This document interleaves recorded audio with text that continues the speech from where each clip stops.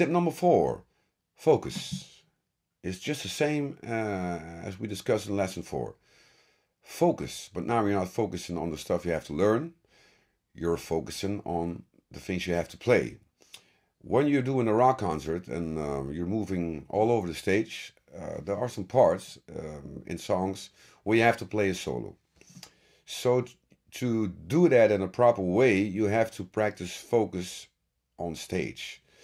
So really go from an extroverted person to an introverted person. There's no audience anymore. There's no band anymore. It's only you playing that lick or that solo. So practice that too. Focus on stage. When you played it and you're ready, move on. Be extroverted. Move all around the stage. So you can compare that, your mind, with a rubber band. If you take a rubber band and you stretch it and it's loose, and that's okay. It won't break, nothing happens. So that's you playing the show. Try to be loose. But when you have to focus on a particular thing, let's say a solo, then you stretch your mind, you stretch that rubber band, so there's more tension on it. And when you finish that, just let it go again and let it be really loose. That's your mind during a live performance. That was number 4. Number 5, focus on the right people. You're always playing in front of an audience, and that could be really distracting, I mean. Because look at the people who make you feel confident, who make you feel good. You can see that in their facial expression, and everybody's different. So really seek for the people who make you feel good. Because sometimes people look nasty, and if you pay a lot of attention to that, then you get too distracted. Just ignore it. Just ignore it. Just focus on the right people. At least the people you think are right. So, and if you're not confident with that, because for some reason people find it difficult to look in each other's eyes, and when you're playing on stage, there's a big difference between playing in a large venue, let's say 40,000 people or something, and playing in a really small venue, 40 people or 400. Because the smaller the venue, the more people will see and get a good look at you. But you can communicate back. And if you found that difficult to look in their eyes, just focus on this point here, on this point. If you look at this point, then they won't notice that you're not looking them straight into the eyes. And you feel more confident about it. And when you're playing the large venues, there's a lot of people there and you can't see their faces. Only maybe the first 2 rows. And the rest is all like a dark blur or something. So it's another experience, and the communication is also different. But it's really cool when you're playing in small clubs and you really get a connection with the audience. That's great. It's another vibe than those large venues. But for a musician, like me, I loved it. When the people when you play solo and people get it, you can take them on a journey, on your journey. So just take a look at this point. There are also things which can distract you.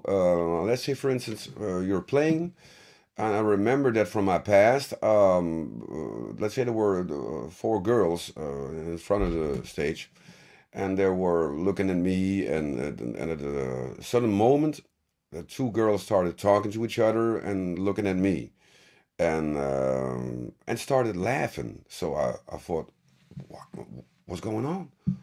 Are they laughing at me? Why? Do I look silly? Is it my clothes, or is it? Or maybe they are. They play guitar and they think I suck. This goes on in your head. You don't know why they're laughing. You shouldn't care, because remember, you're on stage. You're brave. You have courage to go on stage and perform, because they're in the audience. It's easy. Come on. So be confident in that. Don't let those girls distract you. And maybe when you get older and wiser, you just make fun of it. It's really fun to do things like that. But sometimes I remember, I should tell you something from my past. You can be so wrong. It happened to me, I don't know, maybe 15 years ago. I was doing a clinic, and I remember I canceled the clinic for before, I think 2 times, and I couldn't do that. And so this time I cut my middle finger. It's a thing, and oh, doesn't matter. So there was a gap here, and I glued it, and I tried everything. It happened 2 days before. So that, oh man, I'm playing guitar for 1 hour for I don't know how many people were coming, and that was it's really shit. So it kind of hurt. So I had a plaster, everything. So the first mistake I made, I went on stage. I think there were 100 people. I told the audience that I was hurt. That I had a gap here. I cut my finger, and so I said, well, maybe I can play some things wrong, or so. Then you know what's going on. Nothing happened. You know why? Nobody gives a fuck. Nobody cares. People are looking, okay, just play, man. So I started the clinic, and there was in the back there was a very tall guy, which really looked like he was pissed at me or something. So I was explaining some things, and I was playing, but all the time my attention was on this guy. And he really looked mad, like this all the time. So I remember doing that clinic, and I was focused for 1 hour, not on the audience and not on my guitar playing, but only on that guy. What was going on? So I was ready, and then I got off stage, and I remember seeing him coming at me through the audience, and and I thought, now I wonder what's going on now. I'm really curious.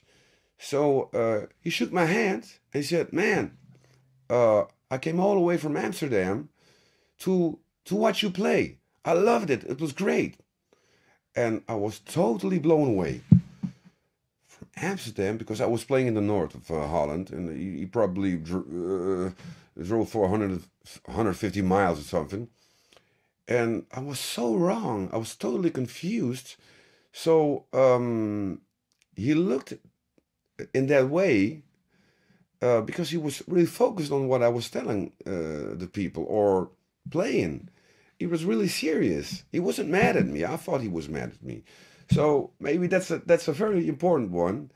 Focus on the right people, but don't misjudge, because you never know what people are thinking. So you don't bother knowing that. So that was a long explanation. It was number 5.